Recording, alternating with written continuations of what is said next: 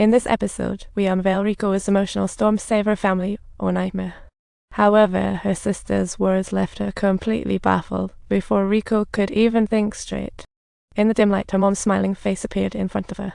After 7 years apart, they embraced tightly, flooded with joy like they just found a long-lost sock in the laundry. They strolled down familiar streets, reminiscing fleeting family moments. Mom's smile and warmth made Riko forget her misfortunes. Instead, sweet childhood memories flooded her mind, making her feel like she had found her lost home. Her heart full of gratitude and happiness, Riko clung to her dream of family reassembly. But reality was harsh. Riko learned from her dad was evicted for unpaid rent. All her past was dumped, and before confiding in her mom, she found an excuse to leave. Rushing off, confused, Riko quietly shadowed her mother, only to witness her gut-wrenching struggle with the bottle like it was a clingy ex. Turns out, quitting drugs, her mother fell into alcoholism. Riko's heart sank. Her mother's hope for rebirth shattered. Riko sneaked back to their old apartment as night fell. Everything was as her mother described Dad's trace gone. Their family of 4 is now a distant memory, leaving her alone in the hallway, staring into the distance. It was like losing her way in the teenage chaos. With her mother's help, Riko was transferred to a new school where nobody knew her backstory, perfect for a fresh start. No one judges or teases her there. At the new school, Riko met her first friend, Chris, who had a less than ideal childhood.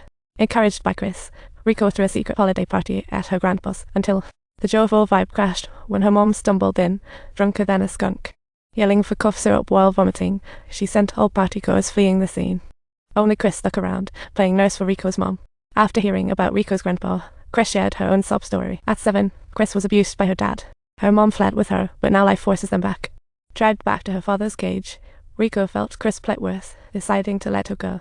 Chris was offered a temporary stay at Grandpa's place, but unfortunately, their plan was disrupted by Grandpa, who unexpectedly burst in from work, questioning their life decisions with a sense of urgency.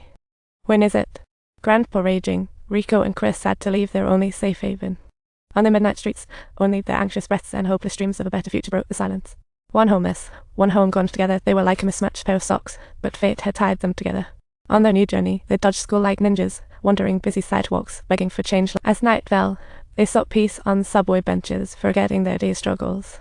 When hungry, they boldly entered supermarkets, trading wit and courage for survival essentials. When dirty, they sought refuge at friendly classmates for cleansing. Their lives were chaotic.